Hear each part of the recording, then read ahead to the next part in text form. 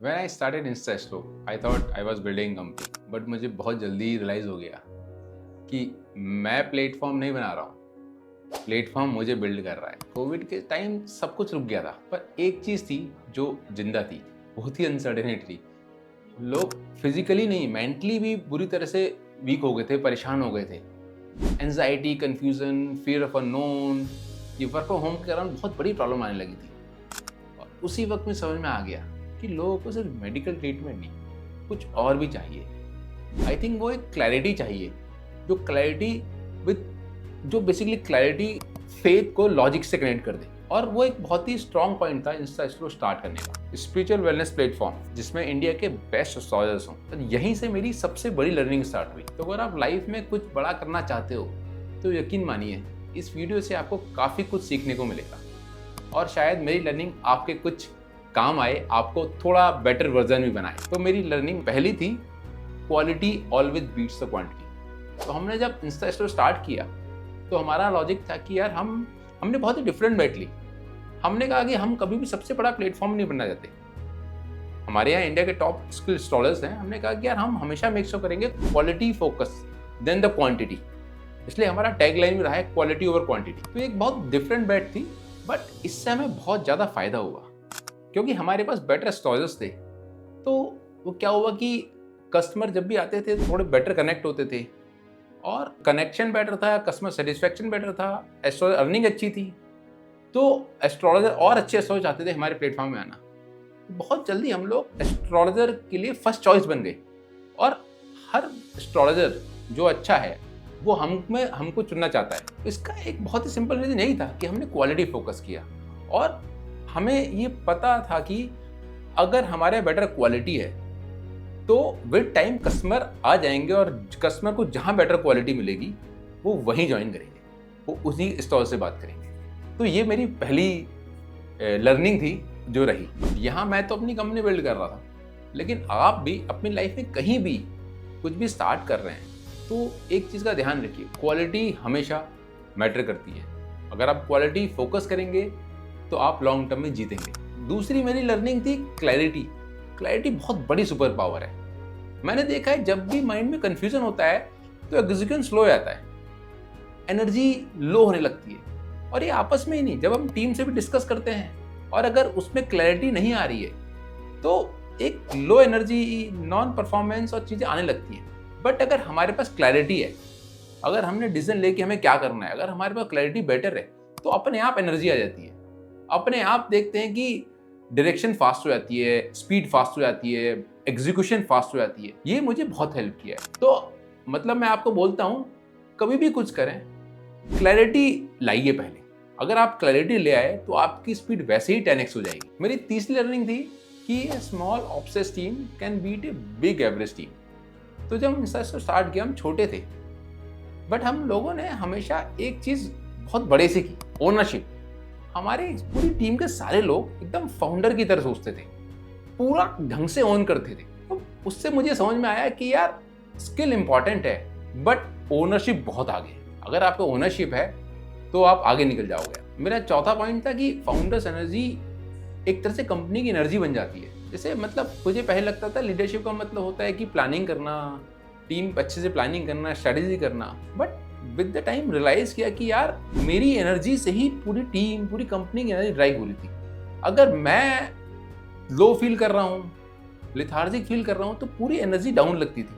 और अगर मैं हाई स्पिरिट, हाई एनर्जी से काम कर रहा हूँ तो टीम में एनर्जी एक अलग लेवल की होती थी। इसलिए मैंने हमेशा ध्यान रखा कि मैं हमेशा हाई एनर्जी में रहूँ, और मैंने हमेशा अपने आप को, चाहे कितना भी काम हो, फिटनेस, मेडिटेशन, गुड हैबिट्स हमेशा रखी, जिसने मुझे बहुत हेल्प किया और हमारी कंपनी का कल्चर भी स्ट्रॉन्ग बिल्ड करने में हेल्प किया। मेरी पांचवी लर्निंग थी, किसी भी डिसीजन के लिए एक राइट कॉम्बिनेशन चाहिए डेटा और इंट्यूशन का। हम इन जनरल एक इमोशनल लिविंग बीइंग है, हम इमोशनल डिसीजन लेते हैं, बट बहुत ज़रूरी है कि हम उसको अपने डेटा से बैक करें अच्छे से। यार जब आप बिजनेस ला रहे हो, कुछ भी कर रहे हो ना, यहाँ पर data can say something very different.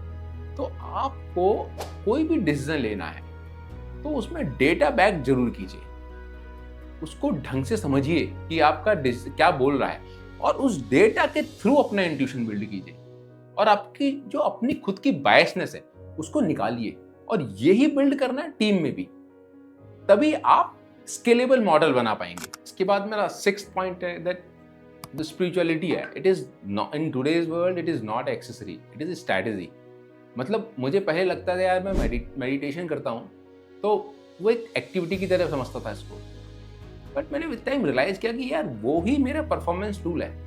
जब मैं मेडिटेशन करता हूँ तो मेरा परफॉर्मेंस वैसे ही इंप्रूव हो जाता है, क्लैरिटी बहुत बेटर हो जाती है लाइफ में। जो इंसान अंदर के साइलेंस को, अंदर के इमोशंस को हैंडल कर ले बेटर, वो दुनिया की नॉइज को हटाकर असली सिग्नल पकड़ सकता है। तो इंस्टा स्टोरी ने मुझे समझाया, सिखाया कि स्पिरिचुअलिटी से डिसीजन लेना स्लोअर नहीं है बल्कि शार्पर है। मेरा 7वां पॉइंट है कि growth is built on boring consistency, not on the big moments. मतलब ये कहने के लिए बहुत सिंपल है बट इसको समझना बहुत जरूरी है।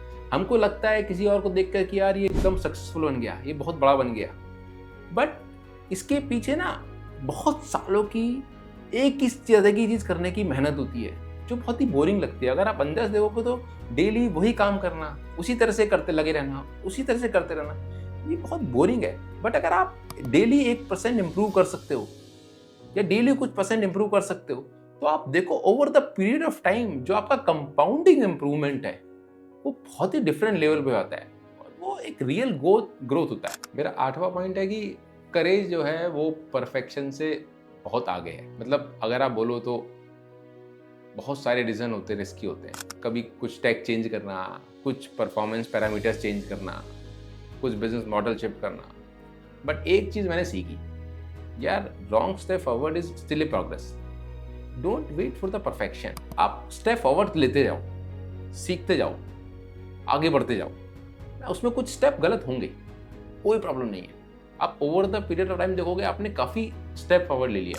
मेरा 9th पॉइंट है कि vision gives direction but system gives the result. हमने एक ड्रीम बनाया, 1 billion seconds of daily consultation. ये हमारा विजन है कि हम चाहते हैं कि daily 1 billion seconds of guidance हो प्लेटफॉर्म। और ये एक नंबर नहीं है, ये एक मूवमेंट भी है। पर मूवमेंट से सिर्फ चीज़ें चलती नहीं है, वो सिस्टम से चलती हैं। Daily processes, daily improvement, daily discipline, ये ड्रीम ही है जो हमको रियलिटी में आता है। ये आपका डेली जो इंप्रूवमेंट है यही है जो लोगों को एक दिन ओवरनाइट सक्सेस देता है। आपने देखा होगा लोग बोलते हैं कि यार ये तो ओवरनाइट सक्सेस है, नहीं समझ में आता कि उसके पीछे ये डेली 10 साल, 8 साल, 5 साल, 15 साल की मेहनत होती है और उस मेहनत को करते जाओगे तो एक दिन स्टार बन जाओगे। और 10वां point, which is the biggest learning, कि people don't buy services, they buy energy. आप जो एनर्जी क्रिएट करते हो वही एनर्जी आपके प्रोडक्ट में भी रिफ्लेक्ट करती है और वही एनर्जी यूजर ही फील करते हैं। इंस्टा तो सिर्फ एक एस्ट्रोलॉजी ऐप ही नहीं, वो एक एनर्जी स्पेस बन गया है जहां लोग सिर्फ आंसर ही नहीं, एक पीस भी ढूंढते हैं, एक स्पिरिचुअलिटी से कनेक्ट भी होते हैं। और मुझे यही सीख मिला कि बिजनेस तब ग्रो करता है जब आप वो सिर्फ ट्रांजैक्शनल नहीं बल्कि ट्रांसफॉर्मेशनल किया जाए। इंस्टा तो मेरे लिए सिर्फ स्टार्टअप ही नहीं, एक स्पिरिचुअल जर्नी भी है। इसने मुझे सिखाया कि फेथ और लॉजिक एक दूसरे के दुश्मन नहीं होते। अगर आप उनको कनेक्ट कर लो, दोनों को साथ में ले लो, तो जो क्लैरिटी आती है वो एक अलग लेवल की होती है। और अगर मुझे एक लाइन में अपनी लर्निंग समराइज करनी है तो मैं ये कहूँगा कि इंस्टा ने मुझे सिखाया कि जब आप अपने काम को दिल से सेवा समझ कर करो तो सक्सेस नहीं, शांति भी मिलती है और वही शांति असली जीत होती है। यहाँ कमेंट करके बताइए कि आपकी लाइफ के सामने आपकी सबसे बड़ी लर्निंग क्या रही है। मिलता हूँ मैं आपसे नेक्स्ट वीडियो में। नमस्कार।